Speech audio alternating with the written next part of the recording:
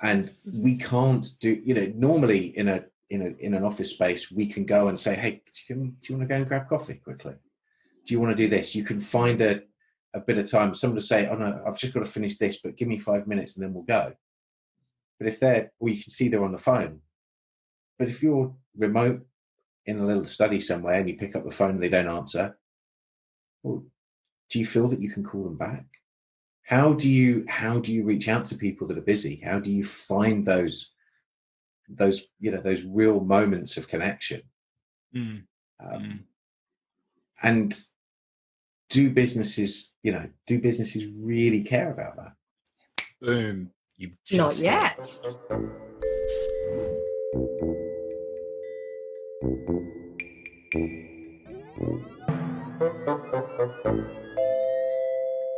Gents and any ladies that might be listening to us in future, welcome to the next episode in the Strategy Behind. Today, we're not going native, we're going virtual. We're exploring what it's about and what does it mean to have a new normal of businesses, organizations, institutions that are now more virtual than ever before. What we're going to be exploring are, what does this mean for business model innovation? What does this mean for opportunities for people at work? What does this mean for the human element? What are the opportunities are there? And what might be the losses that we might be suffering? We're going to be discussing trade-offs, alternative perspectives. We're going to probe each other about what we're forgetting and what we're missing.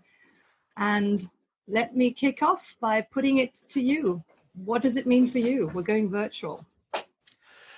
So there's a lot to discuss here, an awful lot. I think I'll start from the organizational perspective. And what is the problem that we're actually trying to solve? In the last 6 weeks, 8 weeks, a conversation I'm hearing come out of boardrooms of larger organizations is one around, we obviously need good productivity post-pandemic. There is an expectation to get back on the horse, to play catch up, and make things happen. And there's a couple of different ways that I'm seeing leaders think about this, but I'm seeing a very disturbing trend run through some of these conversations. And that trend is one around, is this going to be a jobless recovery? The conversations that at least I'm adhered to, and others, my colleagues and peers, are very much around, you mentioned, Jutta, the business model innovation. So if we look historically over the last 10 years, the multi-sided platforms, I know Harvard Business Press came out with a book a good couple of years ago called Matchmakers. It's a really, really good book. And it looks at your Airbnbs and your Ubers and restaurant bookings and hairdressers and how everyone is moving to a platform-based go-to-market strategy, and what does that mean and how do you architect them. And obviously, as those models have evolved, people are coming up with smarter applications of them. The last couple of years, I've seen a really nice organization in the States called Catalent. And what they do is that they go down the path, they've got a platform, they use AI, and they're going into large organizations and going to their leaders and to their talent management and their HR departments and go, look, you have a strategy, you need to execute it, you have capability gaps to execute it. We have a bench of talent, kind of selling consultants sort of a thing, but it's not consultants, they're more so kind of staff on the spot. And this is nice because it helps people execute better, and it's got that multi-sided platform sort of a thing, kind of a gig economy sort of a vibe to it, which is great. And that's a good application of technology. However, the conversations I'm now starting to hear is, what if we could take it further? What if we could actually use platforms like this and models like this and start to replace our human resource departments with these things. What does that actually mean? What if all of our staff were self-employed? What does it mean to our balance sheet? What does it mean to the tacit knowledge in the organization that is now being disseminated? You can't put it on a SharePoint and expect everyone to read everything about what's going on. Does it mean more managers and PMOs? Like, there's all these challenges around how far is too far given where we are now in relation to business model innovation. That's kind of conversation number one. And conversation number two that I'm hearing is much more in relation to operational transformation. Now, we've been hearing the conversations about AI and robotics and automation for a decade now. However, the executives that at least I'm working with in different parts of the world, there is this request now for strategists such as myself, and even if these people aren't in seat, executives are looking for futurists to either be advisors to the board, ELT chair, senior decision makers in the organization, or to have a C-level futurist around. Because if we can start to think about where this goes and we partner those digital futurists, strategic futurists kind of people with purpose-built AI, we can get some really interesting intelligence that can spur quite radical innovation and automation. So people are now starting to think, what do I need to future-proof myself from these disasters and pandemics and crises that we find ourselves in? And the takeaway I'm seeing is that both of these conversations are moving away from traditional talent. Mm-hmm. And what does that mean to the human in the organization? So let me just pull up there, because they're the two big conversations, mm-hmm. but there's a lot in both of those. But I'd love to hear thoughts from both of you on this. Yeah, so what you've said really resonates with me, Adam. I've been, for the last year now, a member of the world's first full-service cloud-based marketing agency. It's an organization called Up There Everywhere, because it's based in the cloud. The organization has about 200 people spread all over the globe. I think the only continent that we don't have colleagues on is Antarctica. But I'm regularly working with people in Australia, in both sides of the, in the US, in China, and of course in Europe as well. And the business model is really, really unique. And it talks to what you were talking about earlier, a little, Adam, where essentially the founder, a gentleman called Julian Stubbs, created this model called employment. Employment, yeah. Mm-hmm. So it's a halfway between being a freelancer and an employee. So you're a member of a network. You every member runs their own business. So there are no employees within the agency at all. Everybody has their own business, but yet we self-aggregate into teams to service client needs. So I'll work as a marketing strategist, often as an account director, to help build a vision for an organization. And then I will work with science writers, creatives, art directors, digital, specialists that are great at doing LinkedIn advertising or SEO, building websites, and we'll then merge all of those talents together to self-select a team that A, wants to work together, and B, to deliver for the client.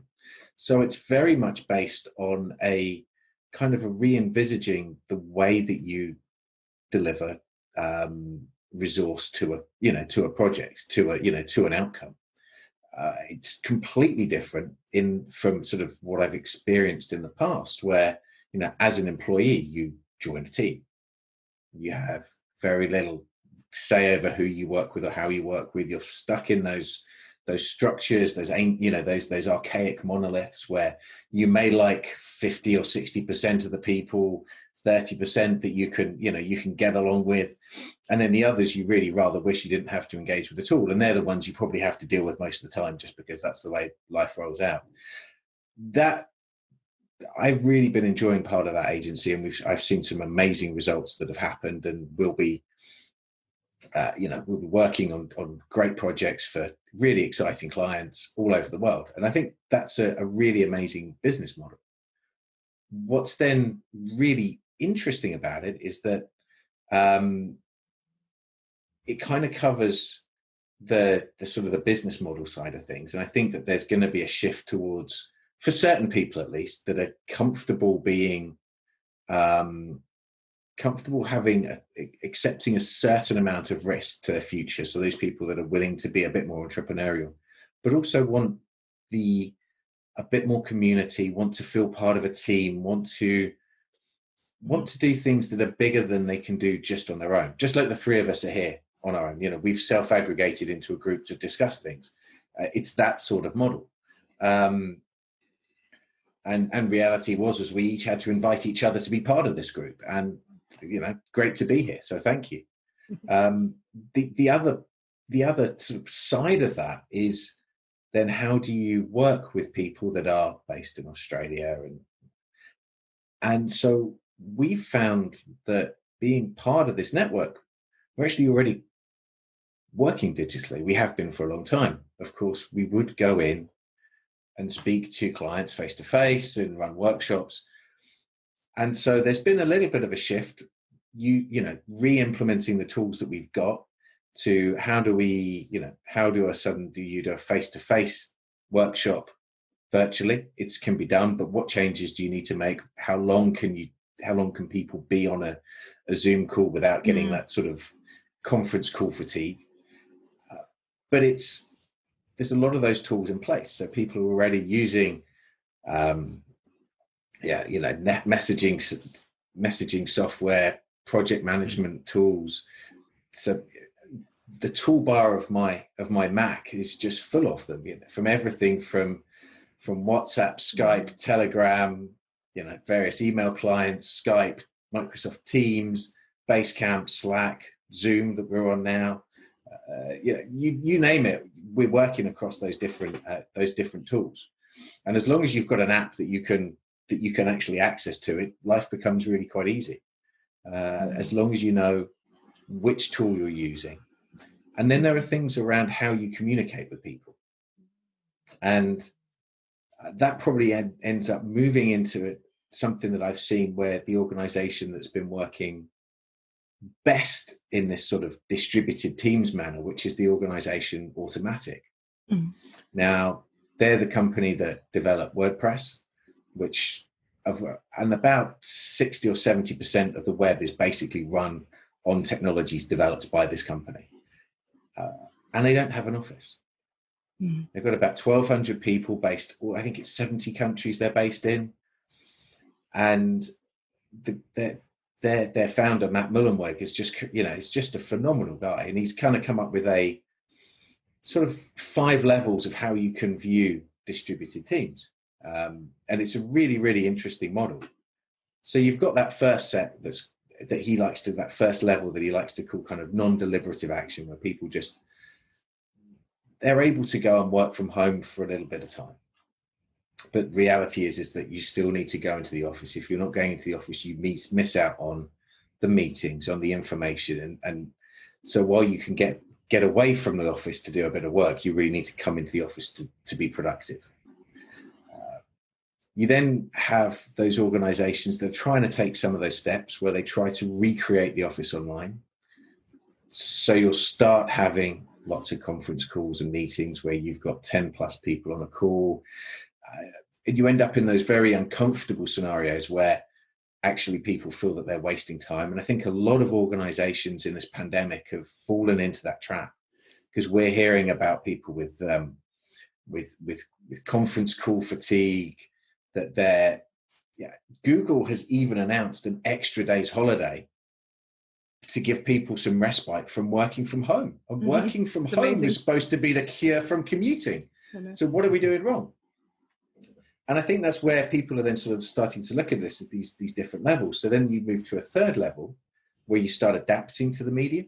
So you start using all these different tools. So rather than creating a document and having a local copy and then emailing it around, you'll be working on a shared document in the cloud somewhere, so that you can create together, you know, working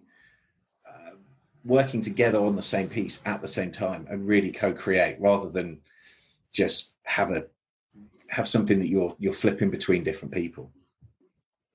And then you start moving up the next level, where you get to the point where, if I've got a task force for somebody to do, you're getting to this point where you don't need to be working at the same time with people. And you get to this level of asynchronous communication. And that's something that I think that most organizations really struggle to get to. It takes a lot of discipline to be able for me to say with a request, "Hi, Adam, I've got this. Could you review it by this date, please? If that's not, could you let me know, please?" By Jutta, and then say the same thing to yourself, Jutta, could you then review this by this date, please, so that I can make the changes in time to do this? We have to have the tools in place to enable that, so that we can look at how do we prioritize tasks and our attention to all of the different pieces of information that are coming in, and then how do we make sure that we're saying, yes, I can match that or not, yes, I can deliver or not. And it takes a level of, I think, honesty and authenticity in the communications and trust between people to be able to just say, can I ping you this, and trust that if you say yes, you're going to do it, I can leave it behind, and on by the time you've said you're going to deliver, it's back with me. And so that's, I think, kind of where you end up. And then, of course, Matt Mullenweg sort of put this fifth level that he calls nirvana, which he says that essentially it's where actually, and we're not talking about the one of the greatest rock and roll bands of all time. We're talking about essentially the case where a distributed virtual team can work better than a team that is in one place together. And I think there are times where it can work, where you can follow the sun and you can actually deliver far more successfully than you can face to face. But again, it definitely depends on the type of work you're doing and the type of people you're working with. Matt, thank you. I've jotted down a number of things. The one thing I wanted to straight away pick up, because Adam was nodding as well, as you were saying, when you have this, I find it fascinating that you're talking about asynchronous working, and that is, for me, intuitively right as a model that more and more organizations will have to aspire to, and it'll pose challenges for us.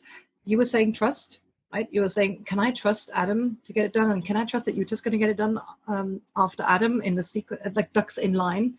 And I think on top of that, it requires that we are more open and integrated, and actually we're giving up having our individual control, or we're giving up this centralized control notion. So we have to be almost more like a logistical machine, where if something goes wrong in your part of the chain, I have to be open to pick it up, or say you, Matt, or then Adam, if you're delivering it sooner or later, I actually have to be available to then slot in. Not just the trust element of, can Jutta actually get her work done if I don't see that she's doing it, but we have to be almost a bit more, the image that I have in my mind is we actually have to be a collective mind. We cannot be individual cogs in a machine that is centrally controlled, Monday to Friday, 9 till 6, whatever. We have to continuously watch for what the other ones are doing and be open and willing to move where the flock is going. Collective mindfulness is a bit like that. But it requires that I give up something, and that is my individual control and my routine of wanting to do my part of the work my way without looking up beyond the rim of my plate. Adam, you had something as well. Yeah, it's I know I've mentioned it in a prior episode, but Rachel Botsman, her work, she does a lot of work in digital trust, and she's got TED Talks, and she's done work with the School of Life, and she's a lecturer at Oxford, and she's buzzing around doing some really, really interesting things. looking at the relationship or looking at how can you foster trust in a digital age? What does that actually mean to trust someone? And I've kind of got that ringing in one ear, and on the other side, I've got the last 15 years of kind of corporate and social mandate, which is we need less screen time in our lives. And I'm looking at this, let's all go virtual. And if the virtual leap that, we're all looking to potentially make now, is it a leap a bit too far? If I think about, particularly in the time of lockdown, if a workplace has virtual happy hour and everyone, like, they dress up and they wear a hat and they have a cocktail and they all have up and it's a virtual happy hour, great. No matter whatever way you paint it, it's still a meeting. It's still a thing in the calendar. I still click the button, and whether I'm at a virtual happy hour or a meeting with an executive or going on a date or talking to my parents or whatever it happens to be, this medium of going through this lens here and out is universally the portal through. And I know, Matt, you just mentioned, kind of the fatigue. Virtual fatigue is something that I'm hearing now more of. How much more can we take? And what is the subsequent knock-on effect of that from a person perspective? I saw a paper, I don't know, in the last month or so, and they were saying that as organizations and people spend more and more time, screen time going virtual, what does this actually mean to their virtual resilience? And I'm like, oh, wow, this is new. Yeah, so by virtual resilience, there's a couple of things they pointed to. People have a tendency to look at themselves more often than they look at other people when they're looking at the screen. When they're not resilient virtually. Yeah, well, because what happened is that you look at yourself when you speak and you go, oh, yeah, I look good. And therefore you always have this, or not. Sorry, Adam. I think I'm doing pretty well. You are. Derailer. That's fine. But to the point, you actually play right into the point, which is this performance element. Right. If we're sitting around a table and we're having this conversation in person, I'll get up and go to the water cooler. Do you want a coffee? And everything will be more organic. Whereas now there is performance. There is this fatigue where I always must be presenting, and even more so in a virtual happy hour, even more so on a date. Like, you have to push your best foot forward. And this can be very draining. You burn a lot of calories. Filter. You're a performance now. And we're being asked to do more of it and lead more of our lives through this. And how resilient and how much are we going to expect of people to do this? And the fact that Google come along and say, look, have a break from working from home does not surprise me, because that is a response to precisely this kind of research that I'm speaking. But Jutta, your face lit up a moment ago. What do you think? Isn't that interesting? I find it fascinating that you talk about performance in this sense, because performance is much more than just, performance management, checking whether my task completion is actually on track. It's also the performative aspect of what I do, and the added filter of self-presentation that's added when I speak publicly, when I am a public figure, even if I'm just in a meeting, sitting around an oval-shaped desk with people that have different status and hierarchy. And I think you're absolutely right that level of self-scrutiny and self-presentation is added with that medium that I'm now speaking through, that I don't have when I sit around a table with peers, where at least I feel less performative because I can't physically see myself. Although, let's face it, or let's just ask the question, is it actually less or more real that we're all performing all the time? And maybe right now we are moving towards it being more salient and more obvious in our lives. And maybe it's actually a good thing that we're realizing that we're constantly performing, we're constantly semi-conscious of how we're coming across. We're constantly more or less, dialed up or dialed down, having a monitor about how am I doing? Not only how do I look in front of this webcam right now, but I even have that when I'm sitting in the pub with you and we're not officially trying to impress each other. Maybe it's just an act of waking up to have more awareness of what's going on, and maybe we're going to become more skilled at dealing with this additional filter. Matt, do you have something? So I think so for me, it's really interesting, and I'd almost like to take it back to when when the photo was invented and the camera was invented. Right. So we'll be around friends. We're very friends, colleagues, other people, and we're very comfortable in our own skin. We're very comfortable in the world moving around us and us being animated. And then you'll see so many people that have got amazing smiles, me being one of them, when I'm actually not trying. And then you ask me to smile for a photograph, and it comes out like I'm grinning horrifically, or I'm going to eat somebody, or whatever it is. And you feel really self-conscious posing for a photograph.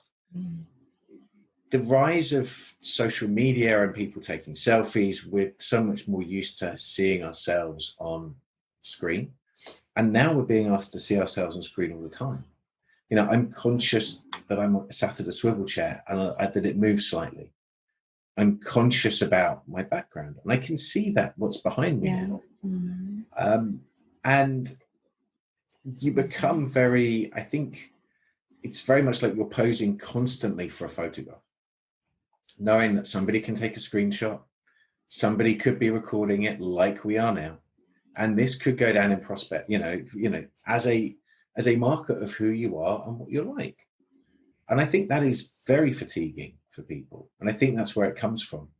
I had the most amazing conversation with one of my friends, who's an amazing art director, and these calls led each other into each other's homes, offices, wherever we are. I think they're quite invasive at times when you've got a screen on, depending on where you are. And we'll just phone each other without the video because it's so tiring being on camera all the time. We know where we are. We're friends. We don't need to see each other constantly. And it's really interesting to almost see that at one point you would only do a video share if you liked somebody. Otherwise, you would pick up the telephone. And now it's almost gone to the other way that, okay, we're comfortable enough that I don't have to see that you're paying attention to me. Yeah. And it's really interesting. I think it's a really interesting mental shift there. And I sort of wonder, part of me, and there's a fantastic science fiction novel by Isaac Asimov, Under the Naked Sun, and it's part of the iRobot series. And one of I won't bore you with the plot, but one of the futures that he predicted was that in space people would be, they'd have their own, they don't have their own large amounts of land and homes, and actually they'd get to the point where they wouldn't interact with each other physically. They would have a virtual presence. And so they would have holograms that they would, when they chose to interact, they could appear as a hologram with other people. And they would be very lifelike. So while you couldn't touch somebody, you could kind of be in the same room as them. And all of these people were germaphobes because they were fearful of anybody coming from another planet particularly, but they were fearful of what the other people around them could be bringing in. And this just isn't like a coronavirus. This could be any kind of illness. And I wonder if that's the natural progression here, is that, you talk about it, Adam, you mentioned sort of these virtual happy hours. The issue with them is that you can't have a small meeting. You can't flip from one group to one group and have a conversation. You're forced to have a group mandated conversation. You can't go split off into your little sub conversations and actually have the real interaction that we actually so crave. There's a lot there. There's a lot. Yes. Yeah, absolutely. Adam, go. Okay, so I've got things backing up in my brain now. Yeah. The one that kind of really leapt forward is you speak about this book, you speak about the author who proposes this alternative future, or this specific future. When you were talking about sci-fi, I'm not a big sci-fi buff, but I remember as a child watching Blade Runner. And seeing someone make a phone call and you could actually see the face of the other person on the other side. And the first thing that went through my head as I was 7-year-old or however old I was, probably too young to be watching Blade Runner, was that sucks, because how can I pretend that I'm sick at home from school when my teacher calls me and then can see what I'm doing? I thought that was a horrible idea. And here we are X years later, and it's now a part of the daily grind. But it's that futuristic, and what the reason why I bring up that story is about the futurist and the role of the futurist, and at least what I'm hearing from leaders. And they're like, if we are going to seriously, seriously, I'm using air commas, embrace real digital transformation, like a big lunge forward, we are now at the time in history to do it. And we want those futurists to advise us and paint those longer term pictures for us in the spirit of productivity, returning to growth, all the wonderful things. And at least some of the conversations I've been exposed to, I've actually kind of questioned the motives as to why this is the case, because it kind of goes back to the purpose of the organization. I'm a firm believer, for better or worse, in the phrase, the company will always act in its own best interest. Yeah. The company will always act in its own best interest. Now, what that best interest is depends on its purpose. Is it like a traditional maximize shareholder value, or is it, doing good in the world, or whatever it happens to be? It'll always do that at the end of the day if it's got good leadership. And what I'm seeing is a lot of these conversations about we want futurists to see where this is going to go is primarily driven by dropping costs, increasing productivity, and future-proofing the organization. Because if I can create a future-proofed organization, the next time something shows up like this, I'm going to sail right through. And it's this is open heart surgery on how organizations work. And, C-level executives are asking for futurists to come to the table. Like, this is amazing. And as a strategist, this is incredibly exciting. But where it leads is somewhat concerning.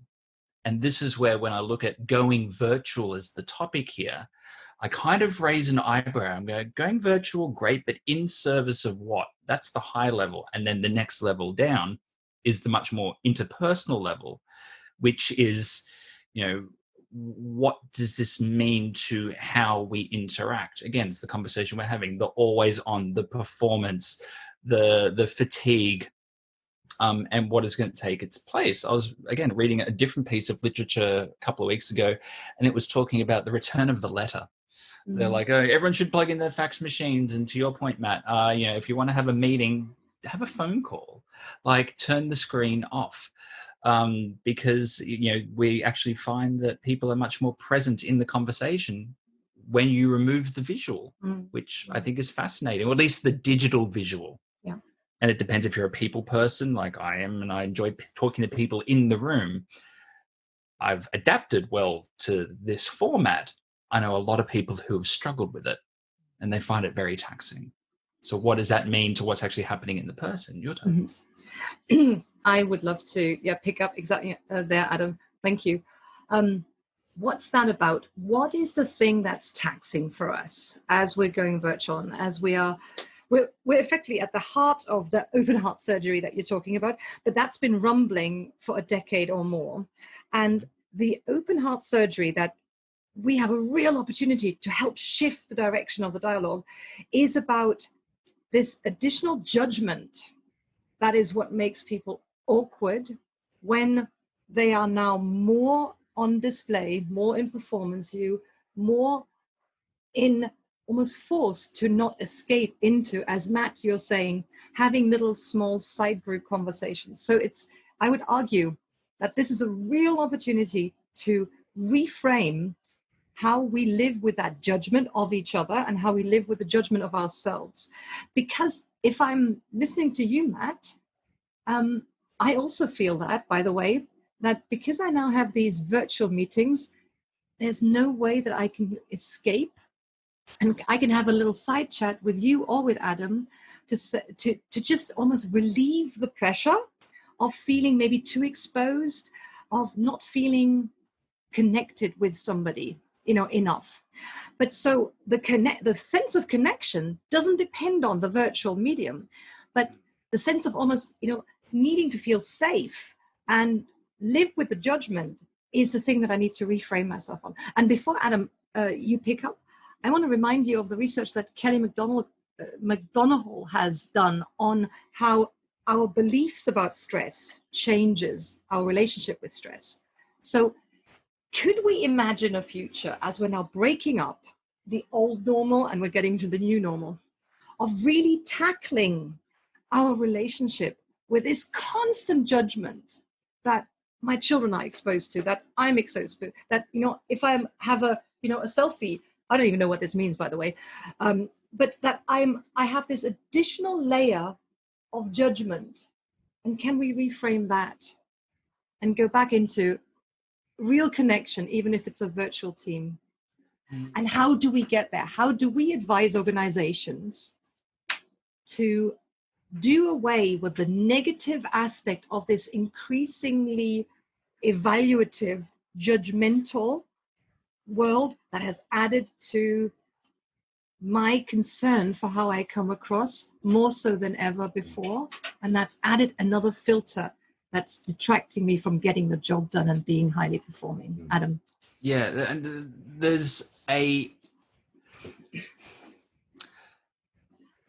culture evolves, and to your point around, we're having a conversation in a room and there's not the ability to break out. There is the ability to break out. I see it every day. It's everyone jumping on instant messenger talking about how shit this meeting is, and these things, you lose control of the narrative, and everyone tell me about it. Matt and I have been talking while you were speaking. I know. It's just like, will he shut up? But you're absolutely right. It's this thing where, it's people will find their own outlet to try and create the connection they crave. Now, if it's on a corporate network that's monitored, not optimal.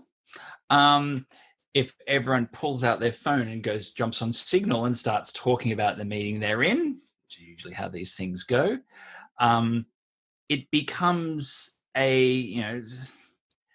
suddenly the purpose as to why we're all here changes. And it's difficult to address that when you don't know it's happening. If I don't know that the two of you are talking about me when I'm talking, it can never be addressed. And it goes back to a couple of episodes ago. If it's mentionable, it's manageable. Right. Now it is mentionable, but not to me. You have created a divide in this virtual environment. And if organizations and everyone's pushing towards the virtual, how much of the narrative, how much of the value are we actually going to lose by chasing efficiency? Are we not making ourselves less efficient by doing this? Yeah, I would like to pick up, jump in. Sorry, Matt, if you were gagging as well, to jump in. Because this is super important to talk about what essentially do we need in organizations, right? What do we need as workers, as people, CEOs, and floor sweepers in organizations?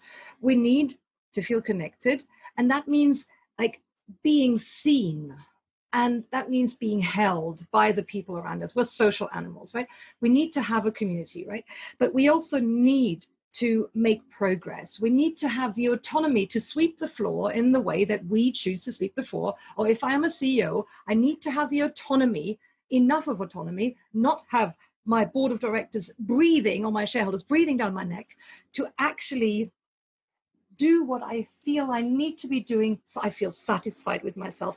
And we need to do something that's bigger than ourselves. So that's about the purpose of why I'm here. And it all is about interconnectivity. And the way in which we get to have real conversations about this is in the wild, we do this by spending time with each other. In the wild, in the old normal, we did this by having coffee with each other. Adam, remember how we used to have coffee together? Yeah.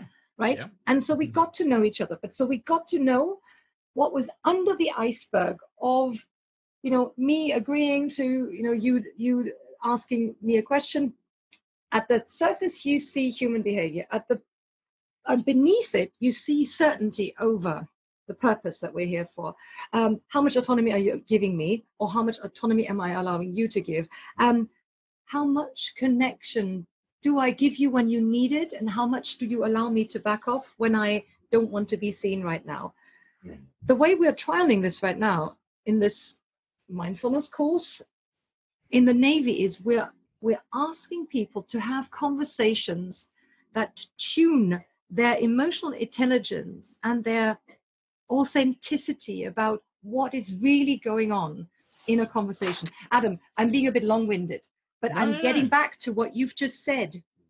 So if I don't know that the two of you are having a side conversation behind my back, or if I get a sense that there is a side conversation going on, the only way, 21st century way to address this is to say authentically, hey, something is going on. I get a sense that we're not quite on track anymore. Asking a question that is maybe a risky question about, hey, how is this for you right now? How is this meeting going for you? And so that's speaking to authenticity and emotional intelligence and emotional awareness of creating real purpose, real connection, real autonomy, where I trust you. And that's maybe the opportunity for us to, when we're going virtual, let's have real connections and let's accelerate real connections independent of the medium that we have. We can do this. We can. I think, if we look at what's missing from the workplace, we're obviously missing the water cooler moments, the going for coffee, the being surrounded by other people. So we'll have our little team that's discussing something, but there are other people still working towards a bigger purpose as well. Typically in an organization, you're all trying to move in somewhat similar directions, usually at least. But you're missing that surround of everybody else doing other things, working in aid of other things. You might have the R&D team, you might have customer services, whoever the other parts of the organization. You've got sales, marketing, operations. You've got that input, and so you'll be having a meeting. Maybe you booked a meeting room, but you've got other things going on around you. So there's a little bit more just interest other than our lives and the news that we're fed. And then I think the other thing that we miss is that as we walk into those meetings, we get to choose who we sit next to. We almost get to designate our alignment with people by how do we organize ourselves around a table. Where do we position ourselves? Are we positioning ourselves in a point of power at a table, or are we putting ourselves out of the way? And we get to choose that. On a virtual call like this, there are 3 slots. The more people can turn up, there are more of them. At a certain point, you have more screens with more and more people on them. And you can't see everybody, you can't see everybody that's in attendance, but you still feel that you're being watched by everybody. Yeah. And I think that we're not able to kind of find anonymity in the crowd. And I think no matter how much of an extrovert you are, we're all looking to sometimes to be part of a team that's responsible for something rather than an individual that's responsible for something. And I think the virtual world at the moment puts people in the place where they feeling that they have to be performance, that their performance is that they have to deliver exactly what they're looking to do. And frankly, I do my best creation with other people. Very often it's about creating an idea. It's about making an intuitive leap or two, having this, that, and other, riffing off other people, being part of something. It's not about me sitting down and just creating something on my own. And I think that's where we have to find ways to create those safe spaces where we can create groups of people, groups of team, to make people feel that they are part of something rather than just being on stage all the time.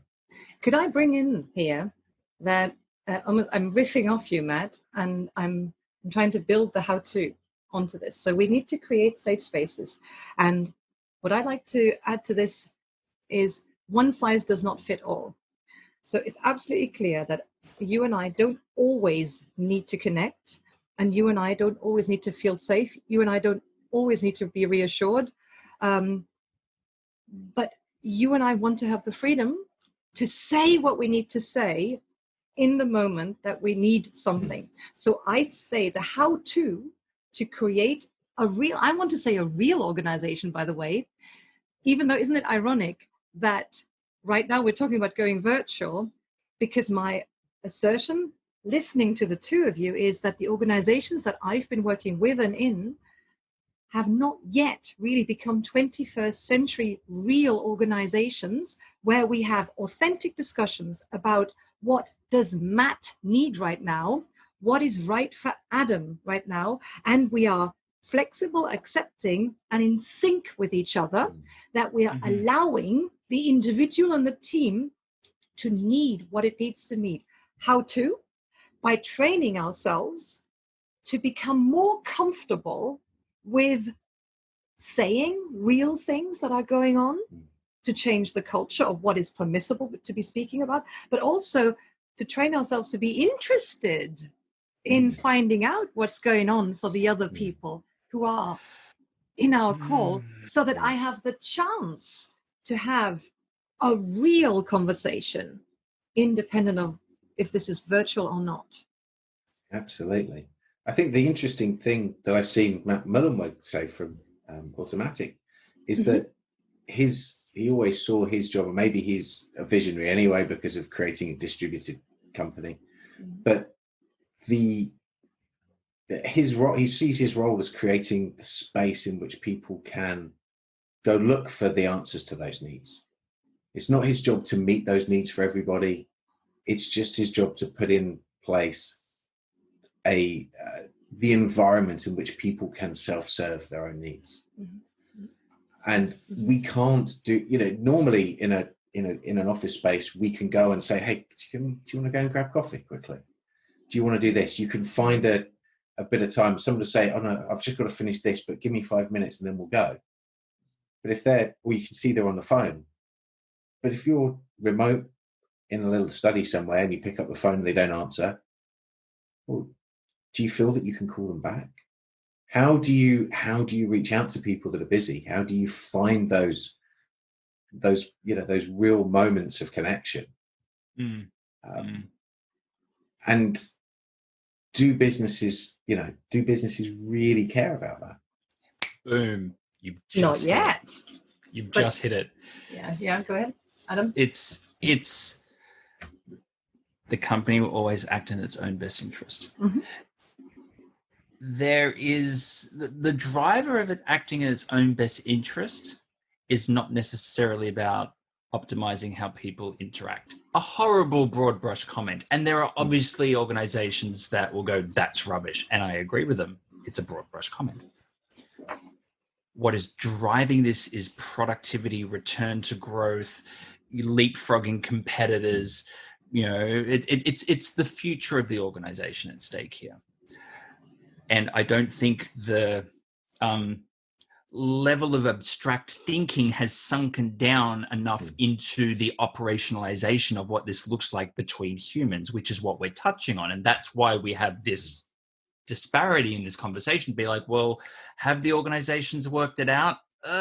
Probably not, because they're chasing after a different objective at this moment in time. And while just listening to both of you speak, the line that's going through my head is, from a virtual perspective, just because it's new doesn't mean it's better. And there is a tendency, particularly within IT, if there's any industry on earth that is driven more by fashion than fashion, it's tech.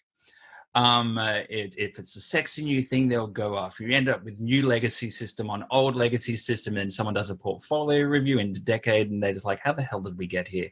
Because our back end is a car crash, and let's do a digital transformation, and then it all starts again. What we're seeing now is the danger of that accelerating. I am not privy to maybe one or two organizations who are actually thinking about this from going virtual, from not from a profitability, productivity of people as an output in what they produce, but looking at it from, is this right for the organization, for the team?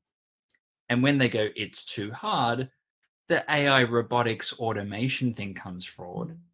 They start looking for these futurists, and they're like, well, let's jump to the future now. It might take us 5 years, but if it sets us up for the next 25, then hey, this is the right price to pay, as long as we can, kind of keep sailing forward while we implement these massive changes. So there's this tension. How far do we push this boat out? And the company will always act in its own best interest. They want to push it out a long way because the circumstances are right for the boat to be pushed. How many people are going to fall out of the boat's another question. Yeah. That's where, sorry, Matt. Yeah. I was going to say, and I think it has really interesting implications for certain industries in particular. So the corporate office space, I think that has a huge question mark over how viable is that going forward. Do we really need big offices? Do we really need to bring people together? I think the answer is showing that no, but we need to be more caring about people as we move away from that. But not only is that a cost center, the cost that you can look to reduce or remove as an organization, but you can sell the concept of working from home as a benefit, because then employees don't have to travel to the office, they don't have to pay for commuting. There may be a small charge for providing IT and some facilities to make sure that health and safety are up to date, but they'd have to deliver those anyway. But what's really interesting is that you then look at trying to push the cost of space, of working space, onto the employee as well. And one of my biggest fears about this whole thing, especially living in the UK where we have a housing crisis, where we don't have huge houses, is that all of a sudden we're going to push house prices up even more. That actually we could make it harder and harder for people to actually find places that are big enough for them to live. So we've been building smaller places for a while. All of a sudden we're going to need to have, move from a 3-bedroom house to a 4 or a 5-bedroom house, so that we can just have enough space to have a couple that's working and that maybe can have some children and a visitor. You look at the space requirements we're going to need for every household to do that. And all of a sudden you're looking at reimagining the entirety of countries. And so there is going to be a balance before we can have an entire going virtual for everyone. And it won't be right for everybody, of course. It won't be right for every organization. So I think it's more likely that we'll have a temporary shift for some more days working remotely and some more days working in the office. But that's going to have to be really carefully managed, and it won't really move us up that sort of hierarchy of digital, of virtual distributed teams. We'll stay very close to the bottom of it for most organizations. So, Jutta, would it not be a reasonable assertion that smart organizations who are looking at going virtual really need to crack the code in relation to preparing the team to go virtual, more so than looking at the technology to go virtual? Mm-hmm. Is that a fair assertion? I think so too. And I what rings in my head right now is that this is about knowledge and information. And knowledge management, if we consider the literature of the last 30 years with, even Peter Senge and talking fifth discipline, and, the organization that's a good organization is a learning organization that manages knowledge and information well. That's actually people management. So that's management of people's perceptions of themselves and each other, people's motivation of, what's right, and people's sense of purpose, much more than skills management or, human resources, sending people on a training course. So the people aspect is much more about the relationships and, the relationship that I have with myself, the relationship I have with you, the relationship I have with myself when I talk to you. And that is the stuff of helping people have conversations and awareness of themselves and of others that's not traditionally trained in organizations. But when you see it working well, everybody goes, that's great. That's a great team. That's a great organization that I'm settling into. Because when it happens serendipitously, you know what it feels like to have a great people dynamic between each other. And I would think, or I would argue, that once you have great people dynamics, you have good knowledge, good information, and good technology or innovation management. I think that also there is a chance for for that to be true. The inverse and opposite also must be true. I was on a call at home, doing my call, finish the call, go have some dinner, partner at the table.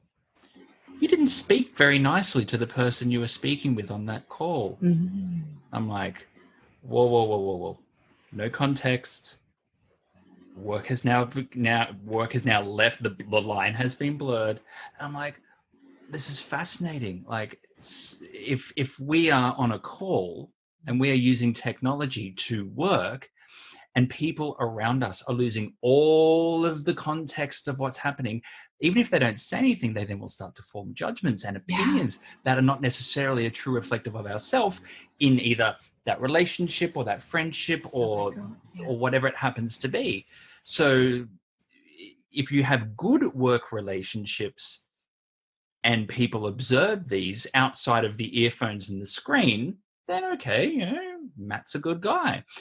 If Matt is screaming at me because I haven't paid an invoice and I'm dragging him out for 120 days, he will close his computer, and people in his house might think otherwise, might think he's a prick because the context is lost. This is the danger of pushing everything out, the danger of how do we ensure that we can put some form of parameter up around when we are working. And sometimes in managerial roles and in moments of crisis or whatever, like, people need to crunch and break backs. We've all seen it. How do we manage that perception running away from us? It's almost the equivalent of the internal chat, but now there's a house internal chat that is going through my family, and you're like, whoa. How do we even balance that? Is it a circumstance, Jutta, that we need to kind of open up the communication, or do we put up boundaries? I'm not too sure how we even need to think about a fully virtual work environment where both positive and negative things are going to bleed out into the rest of our lives. All I have is 100 years of people helping people cope with difficulty. That's the only thing I have in my toolbox. And so I will sound like almost a broken record. But the first image that came to my mind when you were speaking, Adam, was Prisoner's Dilemma. That when we're now moving to a world where I have partial information about what's going on for you, and you have partial information about what I've been dealing with, because you only hear my perspective of the story, you don't hear the other side. So what typically happens for people is that trust goes down and people become more suspicious about the motives of why I've said what I've said, and why I've said how I've said how I said what I said. Does that make sense? Mm-hmm. Right. So you're starting to kind of create, try to make sense of stuff that you don't fully understand about why I'm acting in the way I'm acting, or why I'm speaking in the way I'm speaking.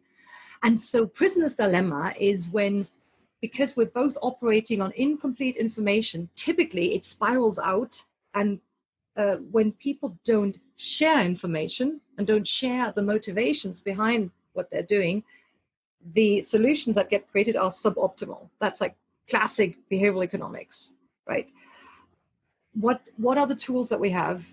Adam, you've asked a psychologist, and the only tool in my box is 100 years of helping people share and speak to what's going on for them, because that's what we believe in psychology and therapy and people dynamics is the one tool that changes our relationship with what is going on.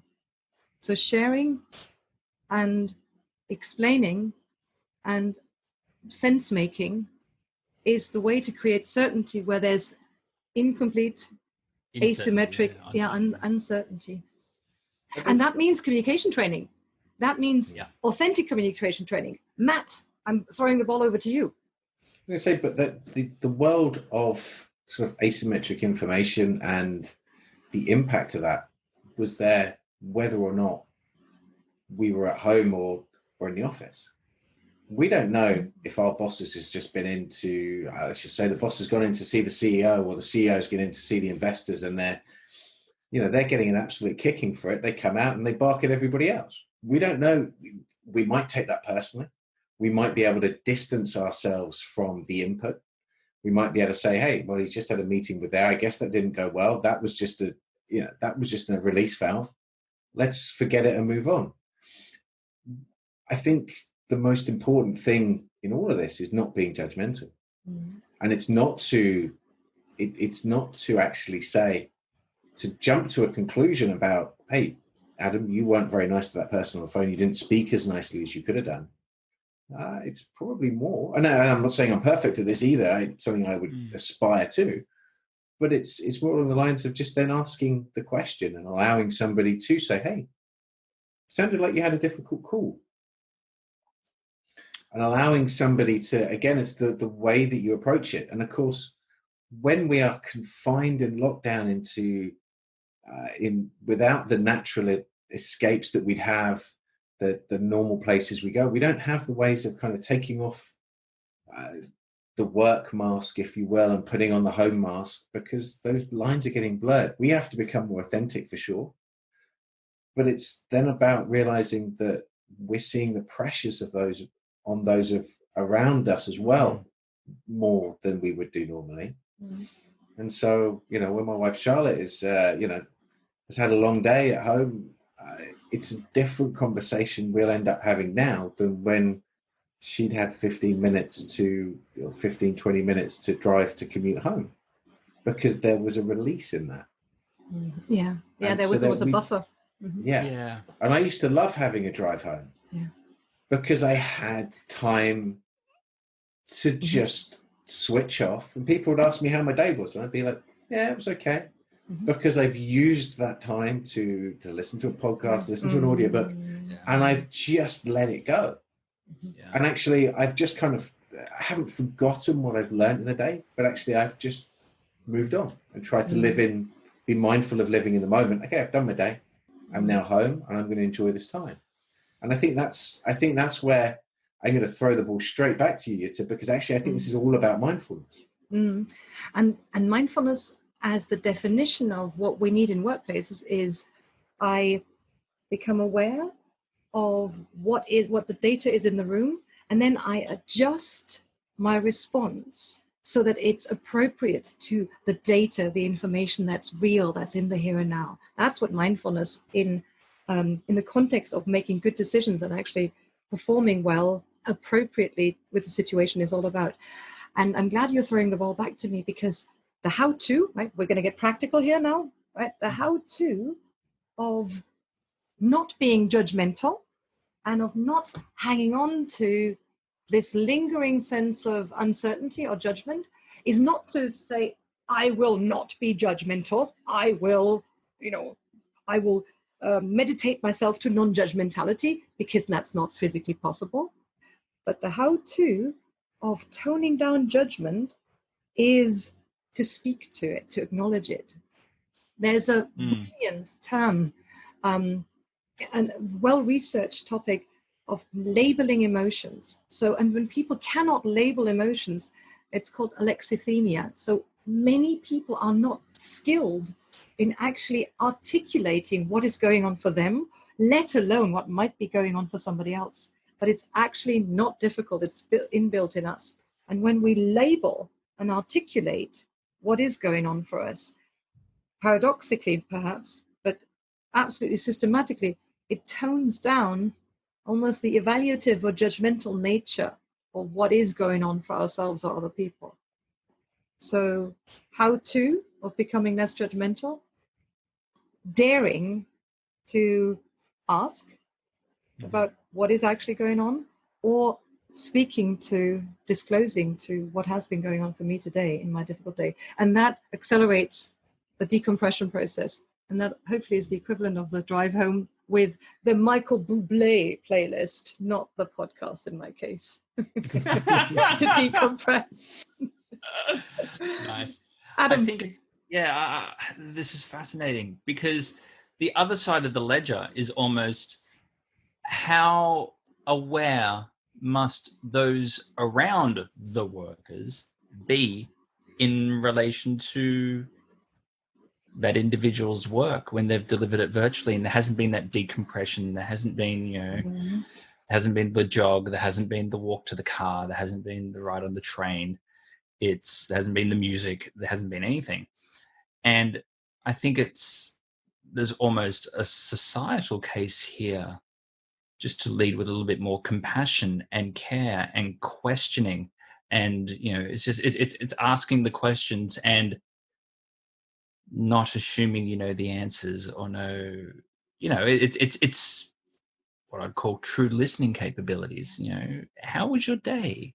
And shut up and understand. If they don't want to talk about it, fine. If they do want to talk about it, listen. Don't judge. Go in, and again, it comes down to the right question. And if it's done with care and compassion, then you're breaking that circuit, because as we think about where this push to virtual work goes and where it ends, it's all going to come down to how we interact with it. The technology will be what the technology will be, and the decisions leaders make about the technology will be what they make.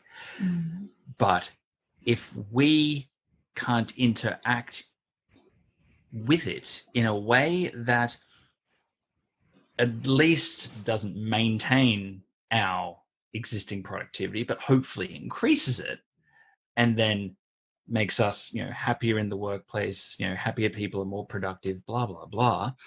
If I fear if organizations go down the path of chasing the P&L, chasing automation, chasing all of these things, they're really going to miss the boat. So that's just the technical detail. That's just operational stuff. All of this is below the level of why and where to and strategy, isn't it? Yeah, exactly. Yeah. And again, and this is why this conversation is great. We're talking strategy, we're talking communications, we're talking psychology. The three are really coming together on this one here. And it's interesting. It feels like, for the last, I don't know how many years, when you used to play, Second Life and SimCity and now Animal Crossing, it's like all these things are training us for this moment where it's like, okay, this is now actually not going to become a game. This is going to become your livelihood. This is going to become your work relationship. This is going to become your career. And oh my this God. is a very different thing. Can I jump in? No, go for it. Are you sure? I was just going to say, do you think that if we could use avatars rather than ourselves, that we could have a distance between ourselves that would help reduce some of this fatigue, or would it just create a lack of authenticity? I think we all know how to do this. I think over the last 50 odd years, or maybe 70 odd years, we've moved away from almost a recognition of what we need because of all this operational, logistical acceleration. And this is now the time where the organizations that for decades have been doing excellently well because they got their serendipitously their people issues and their communication issues right, and they got the purpose of the organization right. Not necessarily by putting lots of value images on into the lobby, but because people bought into the purpose, bought into something that was bigger. People were allowed to be themselves and be authentic, and people were allowed to be seen and be human. So I think those organizations have always focused on paying attention to each other and have planned for difficulty more so than planned for efficiency, planned for complexity, and have created slack in their resourcing and also their, their people management, so that they were prepared for future issues. And now we're finally here with the pandemic. We're finally at the completely broken open, where every organization now has to be a resilient organization that has to be prepared for operating in the face of volatile, uncertain, complex ambiguity. Duh, we finally arrived. And these organizations are organizations where authentic conversations full of care and curiosity and constructive criticism are the norm. And that's now becoming the normal for normal organization. And I have a cunning plan. And our youngest at home always used to say, I have a very good idea, and I'm going to propose to you what I think is a very good idea, but you're the judge of that. What we need in this trend to go virtual is training in being human, training in being real human beings that acknowledge the need of real human beings. So I want the CEOs to have being human training. I want me to have more training in being human. And I might want to facilitate training for you. And then I want you to facilitate where I am not fully rounded human, because you see more of where I am not fully human when I still have a filter than I do. So that's why mindfulness is a team sport. Yeah. And that's what we're finding is the next generation of development of awareness to get. So I'm going to ask you a question here, Jutta, because I believe everything you said. I'm fully bought into that. But if I look at my life and my history, it took me going through the 2008 financial crisis and having a number of things happen in my life that ended up in 2010 me selling everything I owned and going to Cranfield. Did my MBA, and really through that first term, the MBA just kind of, they say leave your baggage at the door. I think I was probably holding my baggage very, very firmly with two hands. And it pulled, by Christmas I'd felt, I thought I was putting myself together, but it took me probably until the end of the second term to really start putting myself back together, and having left a lot of that baggage that I'd accumulated over the first 30 plus years of my life together, to leave that behind. And since then I've had the foundations to embrace things like mindfulness and stoicism, and a lot more self-awareness of the fact that, yes, I'm always going to have faults. I'm always going to have things that I can improve upon, but actually being able to recognize them and recognize them with a little bit of kindness and go, okay, so I made a mistake there. What can I do to learn and get better from that? And so how do we help people bring the acceptance that that's something that we should all be working on? Because I think that's something that I've noticed a huge difference between different groups of people with different education levels or different acceptance to the ideas, where actually it takes quite a lot for people to want to become self-aware, I think. Yeah, and just to add on top of that, just to make it easier, is that when we add the virtual layer of complexity to it, is it not a circumstance that what we should be teaching leaders and getting them to roll out in organizations is the framework and the infrastructure and the architecture for psychological safety. Mm-hmm. Yeah, and you're absolutely right. So this virtual environment may give us an additional filter and an additional constraint, and it may give us an additional opportunity or impetus and motivation to really get it right this time, to really get our organizations to be aware, awake, real organizations this time round. If it doesn't take a pandemic, what is it going to take?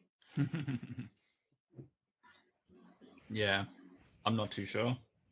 I think the biggest thing that's kind of really landed with me in this conversation is the point around the emotional intelligence and linking that, like, tuning EQ into the conversations that you have virtually.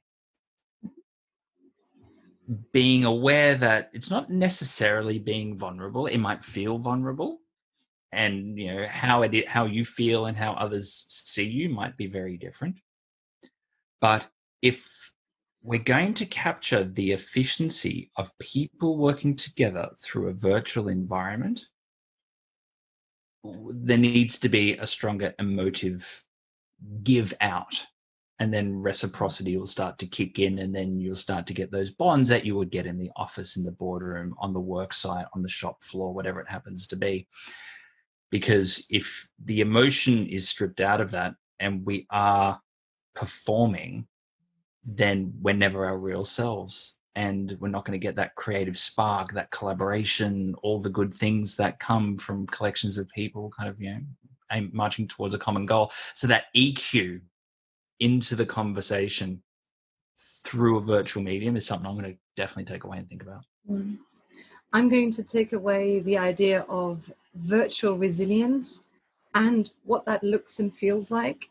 Because in our conversation, I've heard you articulate a number of ways in which we can become resilient in this new context. And I want to say I'm a glass half full girl, not a glass half empty. It's not necessary that we have to think about another type of resilience, another thing to worry about. But this is an opportunity for us to maybe hack resilience and maybe get it right, because we really need to develop it in this virtual environment, because all of us need an extra bit of resilience right now, because it's a bit exhausting to be here right now and we're not yet used to it. So I'm motivated to understand this a bit more further, and I'm going to be thinking a bit more about this, gentlemen. Thank you. And I guess that my key takeaway really has been probably about labeling those emotions that you mentioned. Being able to just look back a little bit, and not just labeling our own, but maybe labeling other people's as well on calls. Tentatively, right? Tentatively when we're with others, right? Yeah. Yeah. And maybe just, as you said, being more curious rather than judgmental, and making that trying to make even more of a conscious shift to really just be interested not only in the outcome, but on the route that you're going to get there with the people. I know you're not the biggest fan of Myers-Briggs, but as somebody that's likely to run ahead of the army and kind of get shot down in the first wave or not, if I haven't got the teams behind me, I'm likely to forget that they're there or not. And so really making sure that actually those guys are what's important is crucial for me, I think. And so really learning to be more caring about every interaction, especially now, is really important. Yeah, absolutely. I love that. I love that. Forgive me, Adam, for jumping in, because I think it's so worth repeating. Matt, what you've just said, being interested in the process, being interested in the path, might be a path that's filled with opportunities. And that focus, shifting our focus away from the outcome, but for being interested in the process, might be where the biggest opportunity is in going virtual. Thank you. Nice. Thank you. The strategy behind going virtual. This is great. And I'll see you all on Animal Crossing.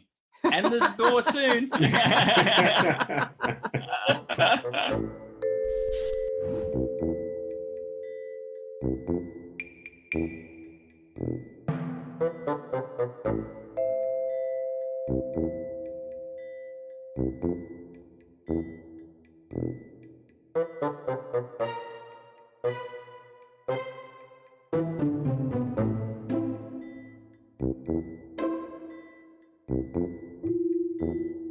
Thank you.